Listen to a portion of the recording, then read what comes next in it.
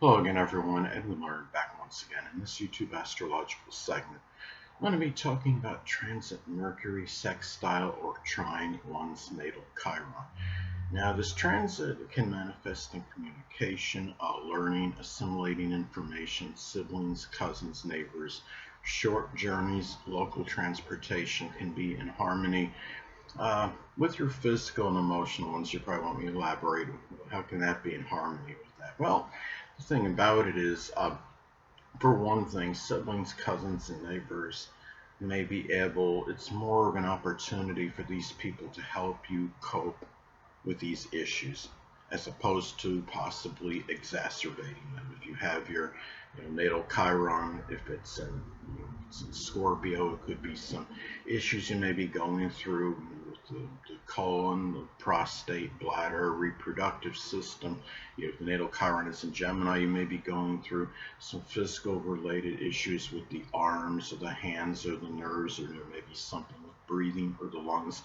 And these people may be more apt to be able to help you with that. If it's an emotional one, or where there's more suffering that's not on a physical level, say if the natal Chiron, again, is in Gemini as an example, it could be where you feel, or there may be, some issues actually with perhaps assimilating information, articulating your thoughts, and your general comprehension.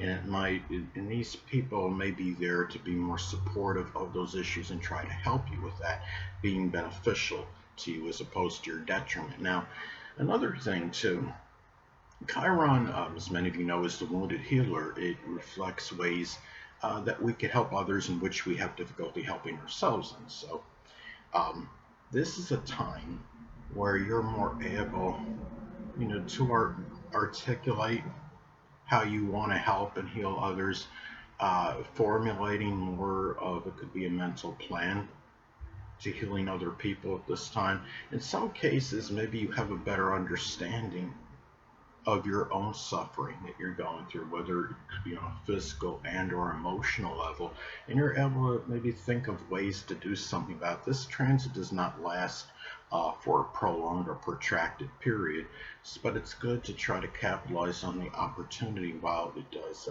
exist. This time is, it could be a very good, auspicious period for doing what things I just described as far as helping, finding, understanding how you could help others more and yourself, as far as wounds and suffering may go. Um, if somebody has, the natal Chiron, it's in Scorpio and or the eighth house, it could be some kind of, emotional, psychological suffering, or something connected with manipulation. It could be some kind of emotional, manipulation somebody had to endure or had to deal with, and it could be a time where you're able more to help that person because you have a more of an understanding, perhaps of doing of what the problem is and what can be done to actually, as far as a solution may go.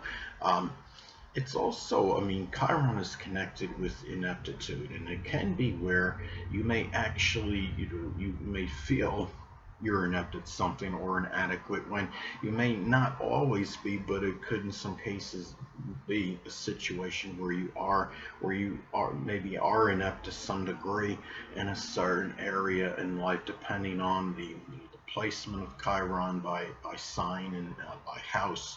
If if the natal Chiron, say, is in Capricorn in the fourth house, there could be some difficulties and suffering in terms of finding structure and discipline in one's home life. Or maybe there's qualities at the core that you don't really, that have maybe caused you some suffering, Capricorn qualities at the core, such as being overly pessimistic or negative or despondent, and not really, in having difficulty in finding optimism in things in general, and in for being in the fourth house in home related matters, people you're close to home with, and even in difficulties, perhaps even planning for that latter part of life.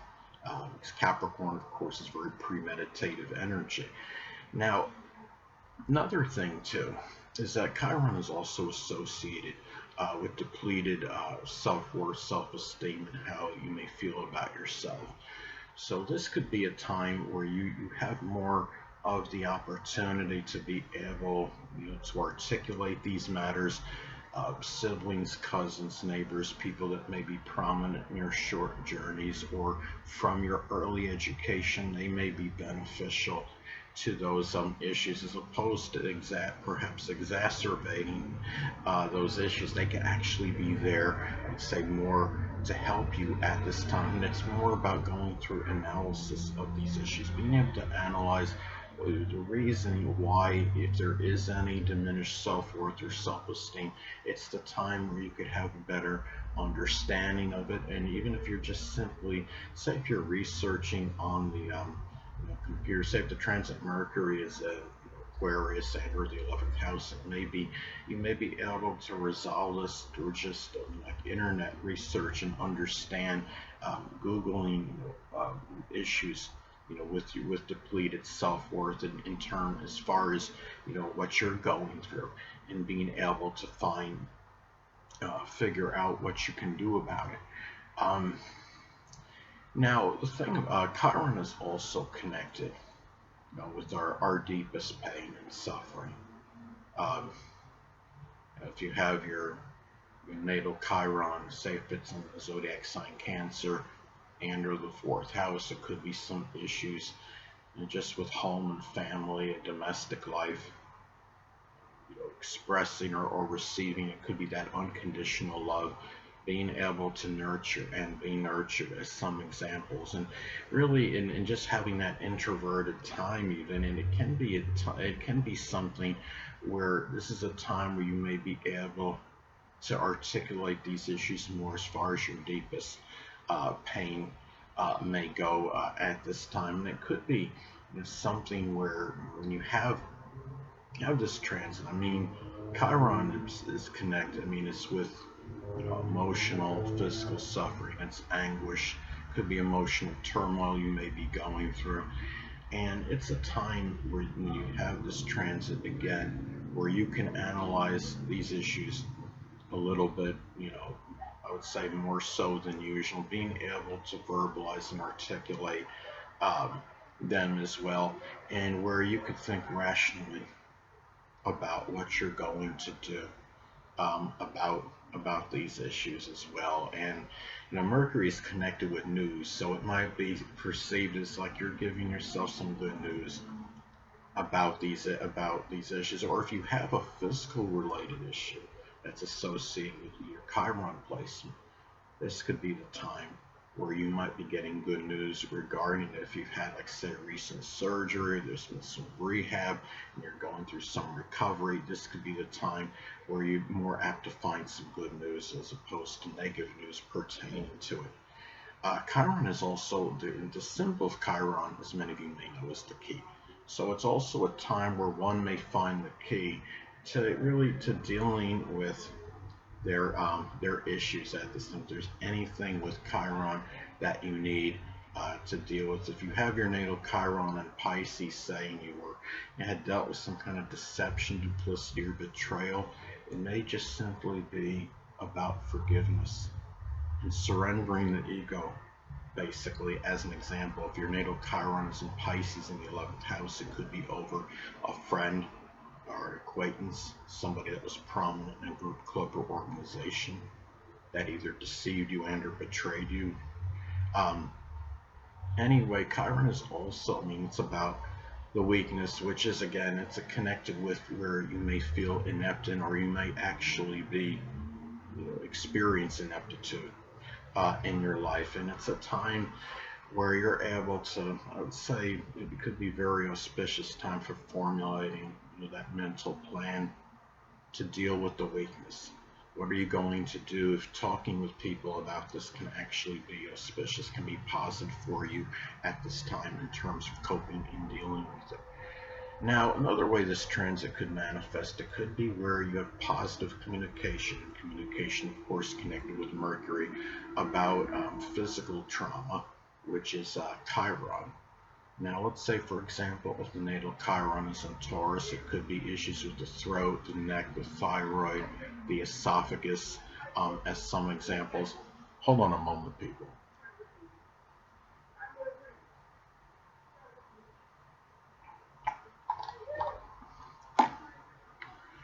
Sorry about that, I'm back, but anyway. Also at this time, it could be auspicious to learn, which is Mercury, about depleted self-worth, self-esteem, which is Chiron. If the natal Chiron, say, is in Gemini in the 11th house, it could be difficulties in communication, which is Gemini in group situations, which is the 11th house. Now also too, siblings, cousins, and neighbors, which is Mercury, could favor how you help and heal, which is Chiron, others at this time.